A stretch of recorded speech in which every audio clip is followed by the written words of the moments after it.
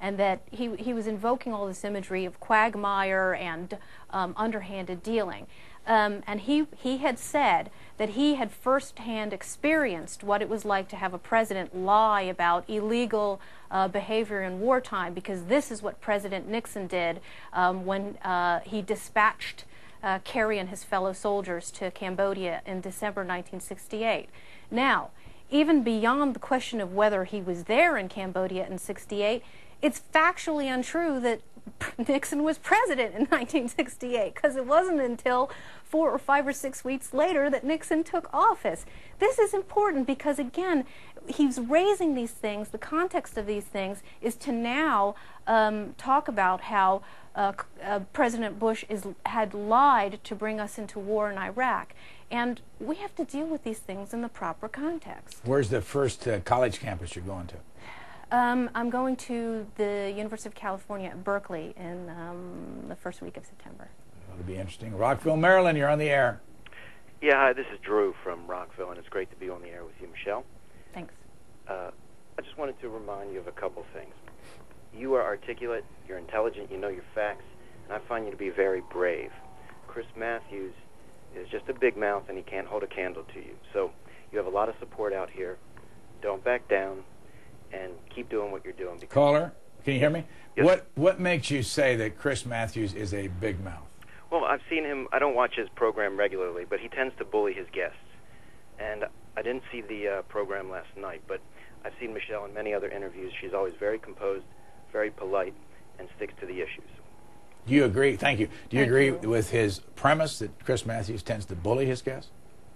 You know, I honestly don't watch the show enough to say. I know he's loud, and again, I don't have a problem with loud and aggressive. I have a problem with unfair and dishonest.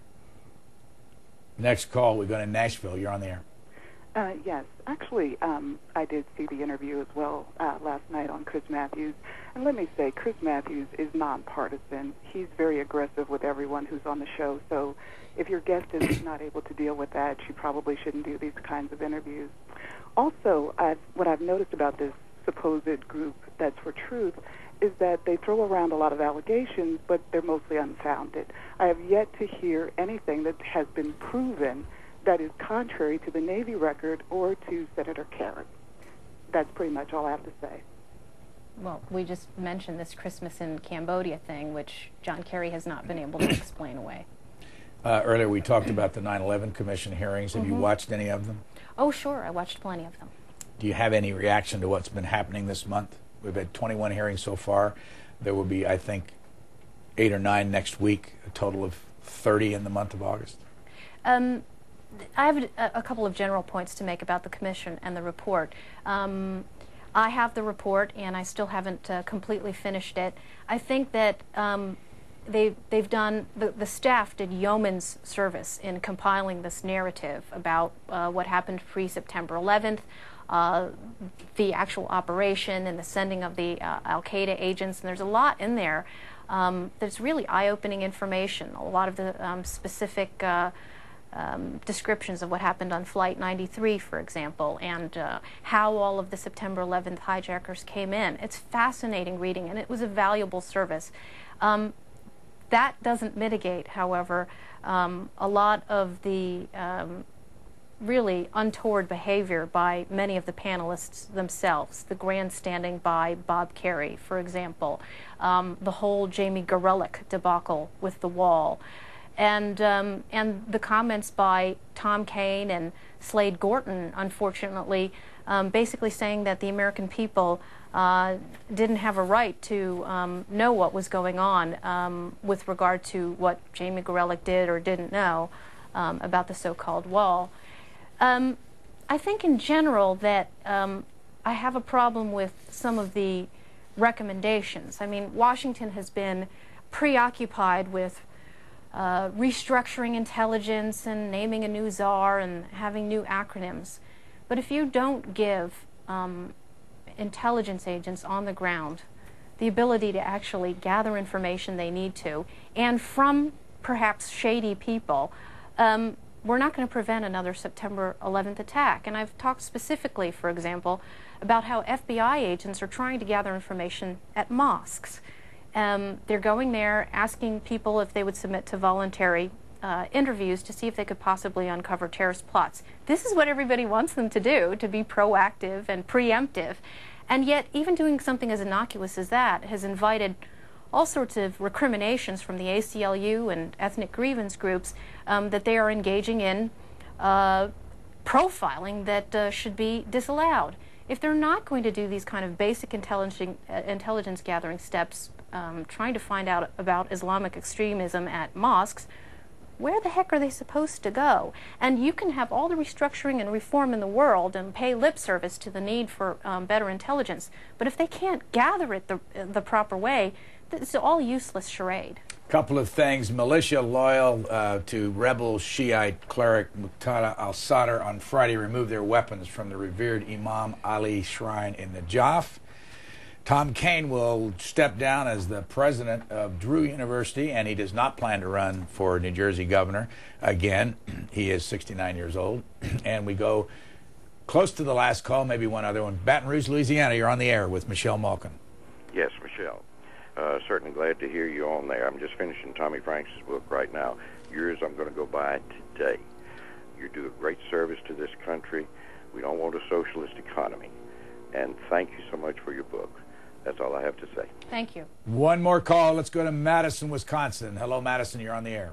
Hello. Good morning, Brian. Morning. I just want to ask you to do one thing before I go to Michelle. Often I see people appearing on your show, and they refer to these people in Sudan as Arab Zanjawi.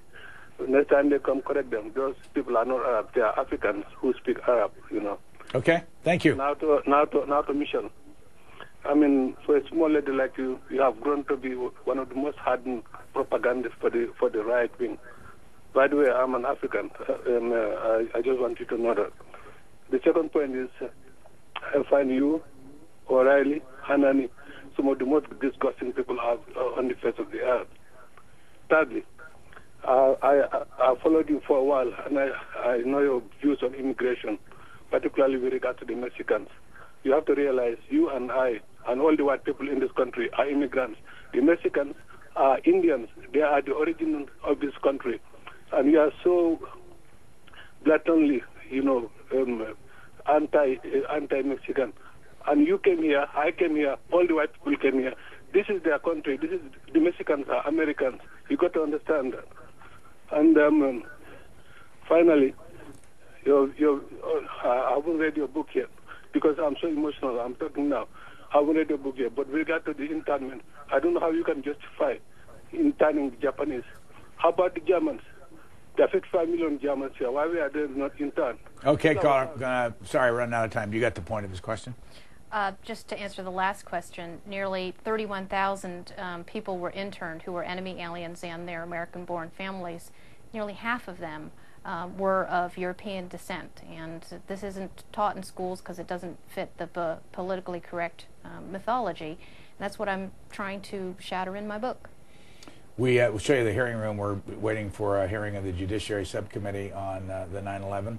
You can see it there on the screen. It looks like no members have arrived. People who are testifying are in the room waiting for the members. It's about 10 o'clock. And we are, I guess it's Lee Hamilton and Slade Gordon and others will be testifying today. Michelle Malkin, when did you first get the idea to do In Defense of Internment? A bit after September 11th, after I had compiled all of these examples of people invoking the internment card to explain their opposition to any kind of threat profiling today. What's the total number of people in during World War II that were interned? Well, that's part of the confusion, is that internment only dealt with enemy aliens, and as I say, it was about 31,000. I heard that very end. And of the number of people who were evacuated from the West Coast who were of ethnic Japanese descent was 112,000.